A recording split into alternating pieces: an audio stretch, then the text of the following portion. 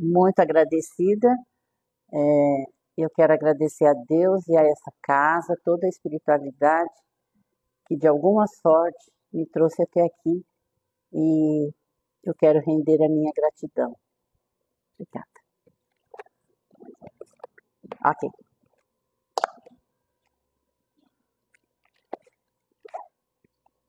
Eu vou ler um pedacinho do Evangelho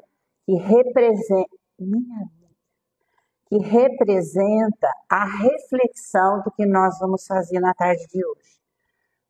Eu deixo completamente aberta a possibilidade de qualquer pessoa, em qualquer momento da minha fala, me interromper e pedir qualquer esclarecimento. Eu acho isso muito positivo e eu vou ficar bastante à vontade, não se preocupem, e ficaria também muito feliz se alguém, no momento, tiver alguma necessidade de fazer alguma colocação, porque muitas vezes passa e a gente depois acaba perdendo. Como eu vejo isso mais como uma conversa, onde nós vamos trazer algumas informações importantes, pertinentes à nossa maravilhosa doutrina, eu acho que isso é um bom momento. O Evangelho que tem relação direta com o que nós vamos refletir é o capítulo 16, não se pode servir a Deus e a Mamon. Vou confirmar. Não se pode servir a Deus e a Mamon. É o item 14, o último parágrafo do item 14. Ele diz assim, o título nós vimos, no caminho do amor. Nós vamos falar sobre isso. E nós vamos falar a respeito do nosso amor. Então eu quero sempre deixar claro que eu estarei me referindo sempre a mim individualmente ou a cada pessoa individualmente.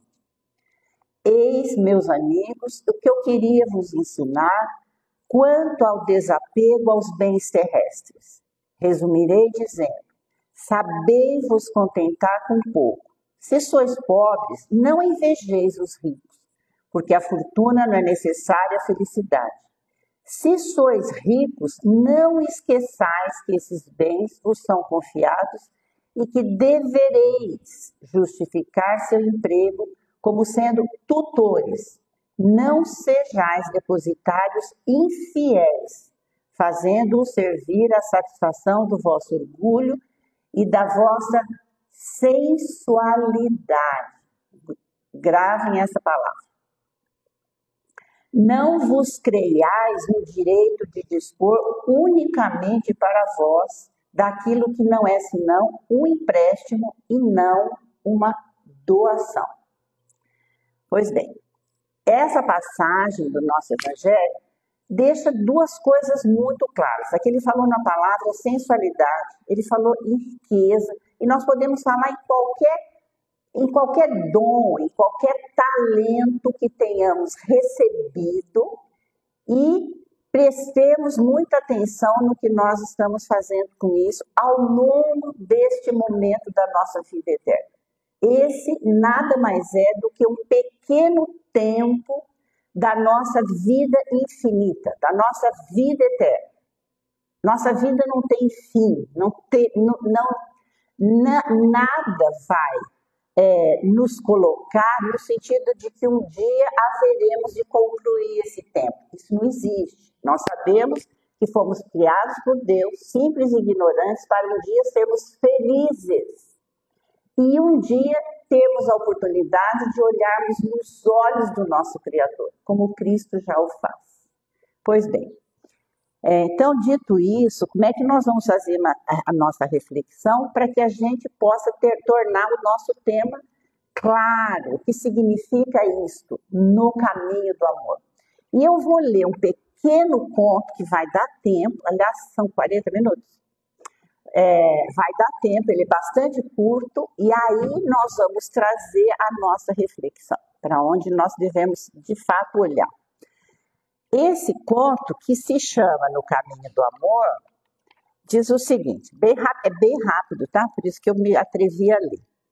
Em Jerusalém, nos arredores do templo, adornada mulher encontrou o Nazareno, de olhos fascinantes e lúcidos, de cabelos delicados e melancólico sorriso, e fixou estranhamente.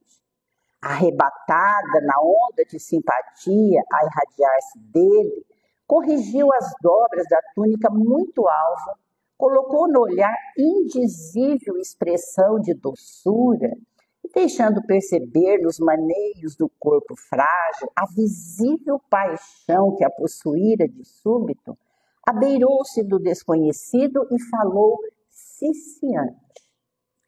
Jovem, as flores de Séforis encheram-me a ânfora do coração em deliciosos perfumes.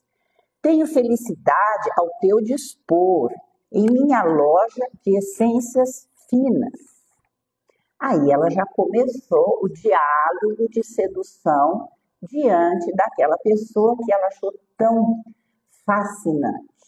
Indicou extensa vila cercada de rosas, à sombra de arvoredo acolhedor, e ajuntou.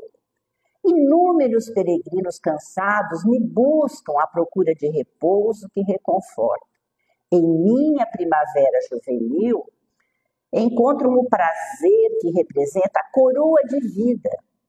É que o lírio do vale não tem a carícia dos meus braços e a romã saborosa que não possui o mel dos meus lábios.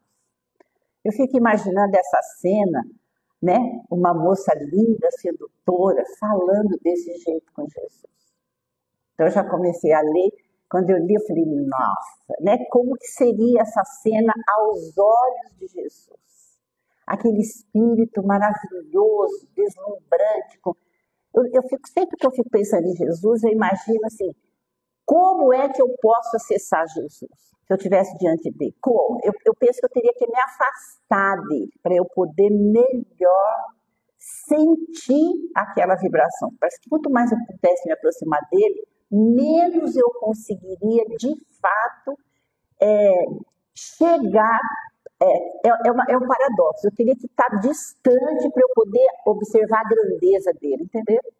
E aí essa moça fazendo todo esse discurso para o nosso mestre. Aí ela diz assim, acariciar-te-ei a fronte abatida e curar-te-ei o cansaço de viagem longa. Descansarás teus pés em água de nardo e ouvirás feliz as harpas e os alaúdes do meu jardim. Tenho a meu serviço músicos e dançarinas exercitados em palácios ilustres. Jovem, Jesus em silêncio. Aí ela diz, jovem, por que não respondes? Descobri em teus olhos diferente chama e assim procedo por amar-te. Tenho sede de afeição que me complete a vida. Atende, atende. Ela parecia não perceber a vibração febril, né? Parecia não perceber a vibração febril com que semelhantes palavras eram pronunciadas, porque ele continuava sereno, ouvindo aquela pessoa, tranquilo, plácido, eu imagino como aquele lago assim, parado, né? Numa sombra, cercado de flores. Eu imagino esse espírito olhando para essa moça. Aí ela diz assim, e notando-lhe expressão fisionômica indefinível, a vendedora de essências acrescentou um tanto agastada. Não virás, constrangido por aquele olhar esfogueado e forasteiro, apenas murmurou. Agora não. Depois, no entanto, quem sabe? Foi a única resposta que o Cristo deu para ela. Pois bem, transcorridos 2 anos, quando Jesus levantava paralíticos ao pé do tanque de Betesda, venerável anciã pediu-lhe socorro para a infeliz criatura atenazada de sofrimento. O mestre seguiu-a sem hesitar. Num pardieiro denegrido, um corpo chagado exalava gemidos angustiosos. A disputada mercadora de aromas ali se encontrava carcomida de úlceras, de pele enegrecida e rosto disforme. Feridas sanguinolentas pontilhavam-lhe a carne, agora semelhante ao esterco da terra. exceção dos olhos profundos e indagadores, nada mais lhe restava da feminilidade antiga. Era uma sombra leprosa de que ninguém ousava aproximar-se. Fitou o mestre e ela o reconheceu. Era o mesmo mancebo nazareno de porte sublime e atraente expressão. O Cristo estendeu-lhe os braços, tocado de intraduzível ternura, e convidou: venha a mim, tu que sofres. Na casa de meu pai nunca se extingue a esperança. A interpelada quis recuar conturbada de assombro, mas não conseguiu mover os próprios dedos, vencido pela dor. O mestre, porém, transbordando compaixão, prosternou-se fraternal e aconchegou-a de mãos. A infeliz reuniu todas as forças que lhe sobravam e perguntou em voz reticência e dorida: tu, o Messias Nazareno, o profeta que cura, reanima e alivia, que vieste fazer junto de mulher tão miserável quanto eu? Ele, contudo, sorriu benevolente, retrucando apenas: agora venho satisfazer-te ao apelo. E recordando-lhe as palavras do primeiro encontro, acentuou compassivo: descubro em teus olhos diferente chama, e assim procedo por amar-te. Bom, então agora o nosso ponto. Nós estamos falando de amor, não do amor que nós imaginamos conhecer. Não.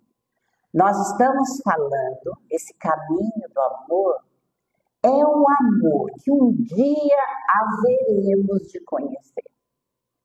Hoje nós estamos em treinamento. Nós voltamos aqui nesse planeta de provas e expiações, porque ainda é o único lugar com o qual as nossas vibrações se afinam.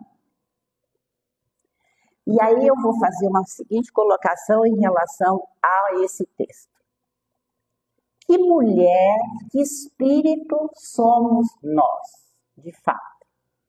Se nesse momento cada um de nós pudesse se ver com o corpo com o qual, eu estou falando do corpo espiritual, com o qual nós estamos transitando no planeta Terra, como será que é o nosso corpo?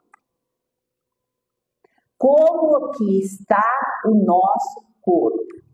Da moça linda, maravilhosa, charmosa, sedutora, utilizando a sedução, a sensualidade que ele coloca. Cuidado com isso. Nós somos nós somos posseiros desse corpo. Nós não somos ainda totais guardiões dele. Nós temos hoje a posse de um corpo para que ele auxilie o espírito que somos a fazermos as travessias que ainda precisamos fazer para que nos tornemos de fato espíritos aptos a estarmos diante do nosso Pai, tal qual o filho pródigo. Ele só reconheceu o que ele tinha perdido quando de fato ele perdeu o que era essencial. E quando ele estava comendo lá no chiqueiro dos porcos, disputando a comida dos porcos, que ele se lembrou que na casa de meu pai, aquilo que agora ele que precisava matar a fome era dado aos porcos mesmo. Eram jogados no lixo. E aí ele estava disputando. E ele diz o que naquela parábola? Ele diz: eu vou voltar para a casa do meu pai e pedir um emprego a ele. Eu vou trabalhar como seu servo. Não voltarei como filho morando na casa grande, digamos. Eu vou pedir ao meu pai que seja servo dele. E aí nós temos, então, voltando a isso, juntando essas coisas, como é que nós estamos lidando com a oportunidade que nós recebemos neste momento das nossas existências eternas. nesses segundos da nossa vida. E aí, essa moça, que ela tinha provavelmente uma beleza exuberante, e como que ela estava usando esse talento, que é nós falamos em talento, nós temos dezenas de talentos que nos foram oferecidos. Mas o uso que nós estamos fazendo de cada uma destas oportunidades e desses benefícios é que vai, de fato, nos tornar ou não dignos ou dignas de voltarmos à casa de nosso Pai quando fizermos, né, a passagem e voltarmos diferente daqueles espíritos que viemos aqui nesse planeta. E nesse planeta, como eu disse, de provas e expiações, porque ainda nós somos espíritos necessitados de passarmos por todas essas experiências. E quando passamos por experiências, aí veja, nesse momento que esse espírito passava por essas lições se adequam para cada um de nós e para esse exemplo do conto como lições absolutamente necessárias e escolhas nossas. A nossa programação reencarnatória, ela foi feita milimetricamente sob a tutela de espíritos de alta elevação, que sabiam exatamente de tudo aquilo que nós poderíamos vencer e o que não poderíamos vencer. Nós não viemos aqui para perdermos essa reencarnação. Nós viemos aqui para vencermos todas as nossas provas. E a pergunta que eu fiz é que se nós pudéssemos nos ver, e agora a gente pudesse ver cada um de nós que estamos aqui, como é que será que nós estamos? Eu fico imaginando se você estivesse aí e eu estivesse aqui, vocês olhando para mim, me vendo como espírito, eu teria que me esconder de vergonha. Eu não tenho dúvida disso. Por isso, quando alguém fala assim, eu vou fazer uma palestra, não, eu estou aqui, não é para ensinar, não. Eu estou aqui para que eu não me esqueça, eu me arrepio assim, eu estou aqui para que eu não me esqueça, no dia que eu voltar, que vai estar lá na minha listinha. Você acha mesmo que vai morar naquela casinha aqui do lado? Não, você ainda vai morar embaixo de uma lona. Mas eu fiz palestra, não sei onde. Isso mesmo, aquele dia lá, não esquece que você não estava falando para ninguém, era para você ouvir melhor. Eu não tenho nada para ensinar. Se eu tivesse alguma coisa para ensinar, eu estaria lá perto de Jesus. Entendeu? Ele veio nos ensinar. Então, eu estou aqui para me ouvir melhor. Agora, nesse minuto. Não pense que eu não tenha receio disso. Aí eu digo, meu Deus, eu estou aqui nesse minuto tendo uma oportunidade de não me esquecer desse minuto. Entendeu? Não me esquecer. E que o meu corpo deve ter mais feridas expostas ainda, meu corpo perispiritual, do que dessa moça do conto de Humberto de Campos. A gente sempre imagina que porque está num lugar desse, a gente está ensinando. Não. Eu sempre penso isso, que um dia alguém disse assim, se você tiver, depois de 5 minutos de evangelho, acabou a chance. Você não vai poder dizer que não sabia. 5 minutos de evangelho, certo? Nenhum de nós vai poder dizer, eu desconhecia isso, mestre. Ele vai dizer, mas eu estive perto de você há 2000 anos. Você vai esperar mais 2000 anos. É isso? É isso. Pensa, 2000 anos, estão vendo a série de Chosen, deixa isso claríssimo. Aqueles apóstolos estavam ao lado de Jesus, na hora da crucificação, meu Deus, cadê o reino de Deus? Eles não tinham entendido nada. E nós, o que nós estamos fazendo com todo esse conhecimento? E não é fazendo para o outro, é fazendo para nós. No que eu estou melhor, Dia 19, agora eu fiz 75 anos. No que eu estou melhor depois de 75 anos dessa travessia? E eu tenho mais de 5 minutos de evangelho. Então, eu tenho 50 minutos de evangelho. Tenho 10 vezes mais. 50 minutos. E veja, e ele diz, e aí a coisa linda, linda, linda, linda desse conto é que Jesus esteve lá ao lado dela e disse, agora eu sinto o seu coração. Mas que ele vai dizer aqui, agora, ele vai dizer, agora venho satisfazer teus apelos. Descubra em teus olhos diferente chama e assim procedo por amar. Naquele momento, quando ela o convida para aquele encontro, ele amava do mesmo jeito. Mas ele diz, agora não. Ou seja, para nós, quantas vezes ele diz, não, filha, agora eu não posso. Ele não pode, mas não é porque ele não está de fato podendo, porque ele pode tudo. Ele não pode porque ele não, naquele momento, ele não nos ajudaria, entre aspas, não seria útil para nós. Nós pedimos o tempo inteiro para o Cristo realizar milagres em nossas vidas. Fazendo o quê? Pedindo para tirar dor. Gente, a dor é a nossa programação. A dor é aquilo que, entre aspas, está falando, aqueles momentos que nos parecem absolutamente aflitivos, que nós nos desesperamos, porque não sabemos qual é a saída. Naquele exato momento, estamos sentados na sala de aula fazendo uma prova. E eu disse, por que eu não estudei? A gente diz, por que eu não estudei mais? Mas ele disse, não se preocupe. Se você hoje responder uma pergunta da prova, tem 100 perguntas. Uma, eu já vou te aprovar.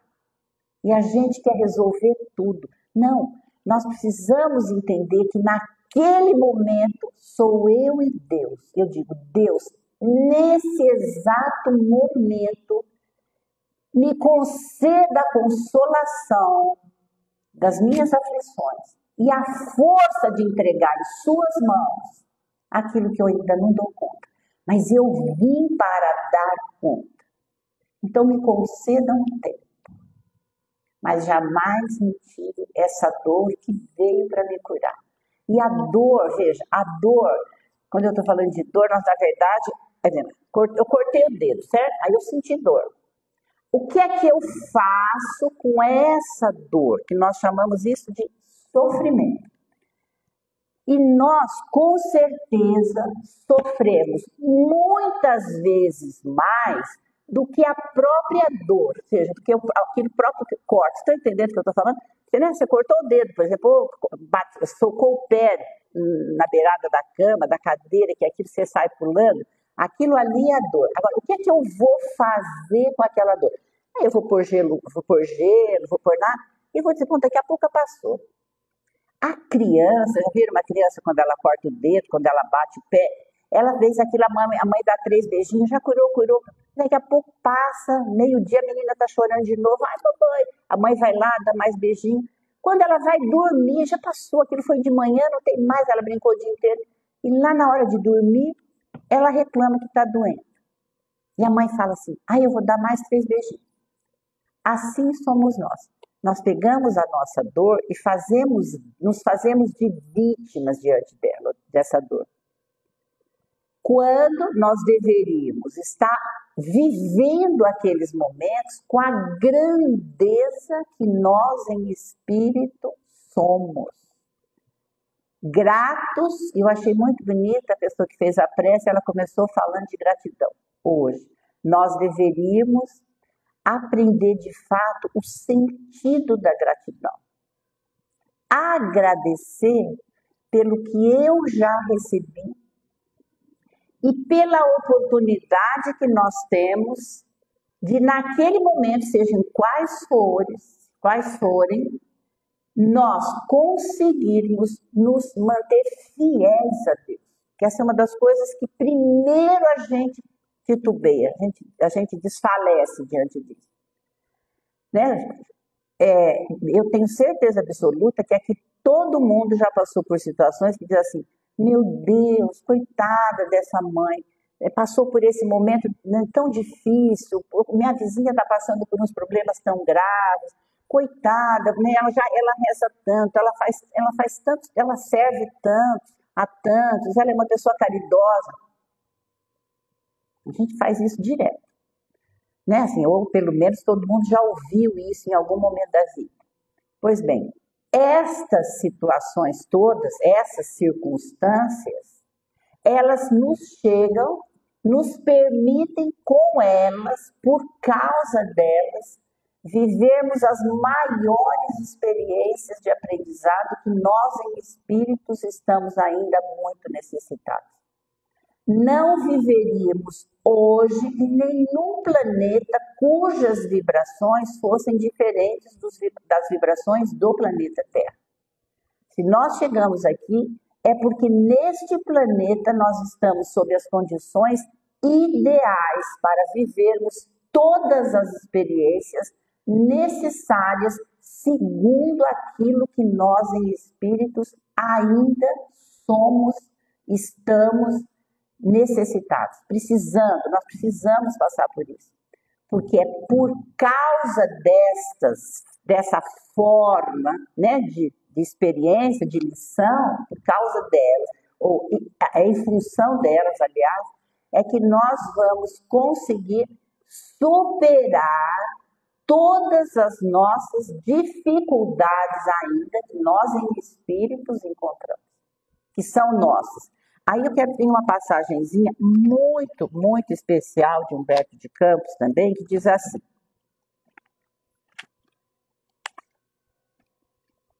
trazendo ilhados na solidão de nós mesmos, entre o pesadelo e o remorso de não termos sido o que deveríamos ser, somos obrigados a tragar os detritos de nossas próprias obras. Então, quando a gente lê uma coisa dessa, quando a gente está diante de uma fala de um espírito como Humberto de Campos, né? Psicografia do Chico, fala, meu Deus, o que é isso? Nós estamos diante dos detritos das nossas próprias obras.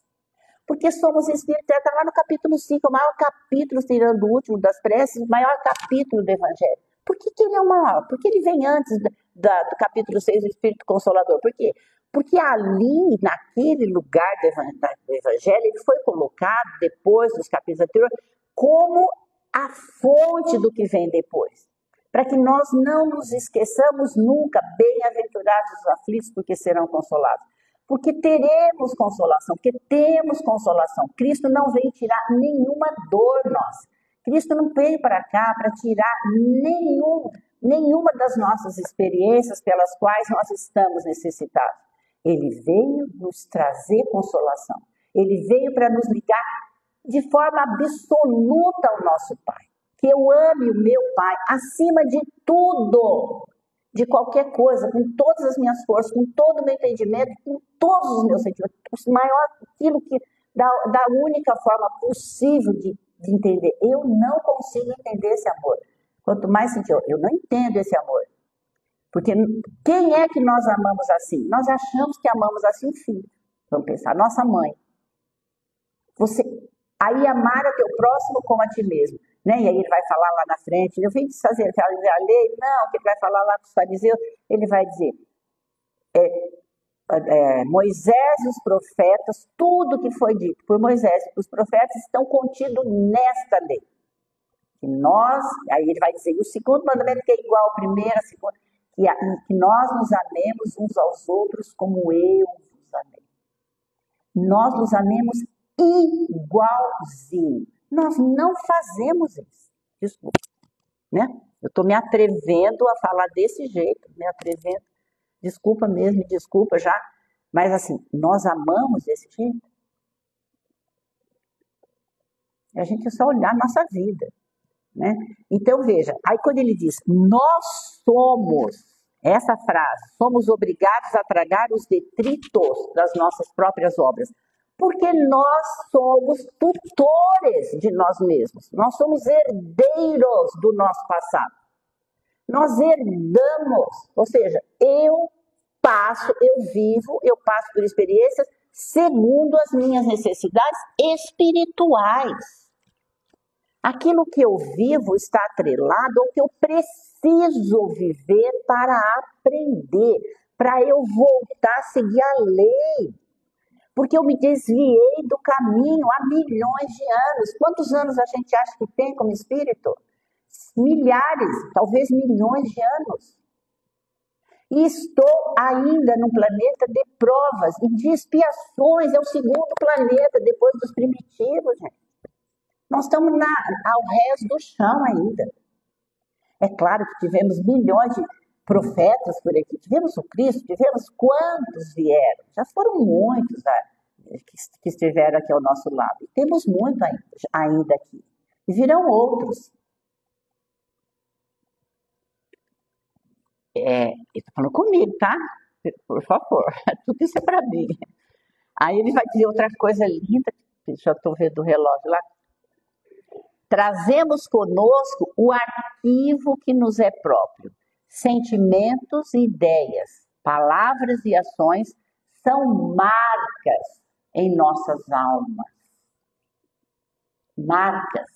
Cada palavra que eu falo, cada gesto que eu faço que significa alguma coisa para alguém, ficou gravado na minha alma, no meu perispírito. Para o bem ou para o mal. Todos nós. Aqui não há anjos com auréola ainda. Os meus pés são raízes na terra. As minhas asas estão ainda muito distantes do que sou.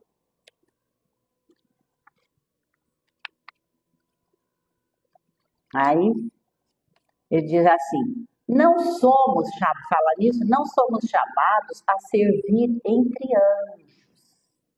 Criaturas imperfeitas quais somos, por que exigir um paraíso com exclusividade para os nossos desejos?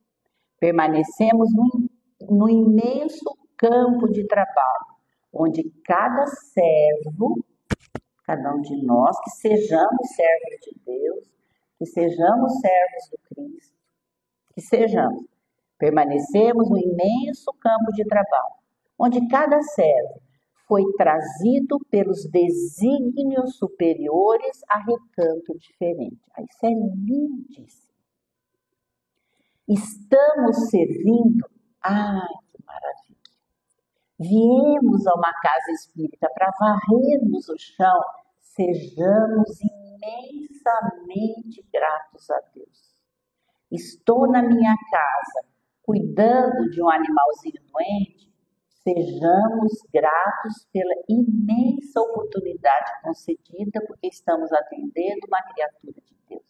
Vamos aguar uma planta lá na frente da nossa casa, que está morrendo de sede. Vamos agradecer a Deus a oportunidade de saciarmos a sede daquela árvore. Não está lá na floresta amazônica, não, está na frente da nossa casa. E a gente deixa morrer de sede. Certo? Eu não deixo morrer de sede, minhas árvores. Então, veja, vamos cuidar de cada detalhe da nossa vida, de cada oportunidade que chega até nós. Eu estou lá na casa espírita, mas eu estou no visita, né? Eu só pego a vassoura. Mas que maravilha poder deixar o lugar onde os meus pés pisam mais limpo. Que maravilha poder tirar o pó de cada uma dessas cadeiras, porque aqui eu mesma vou sentar.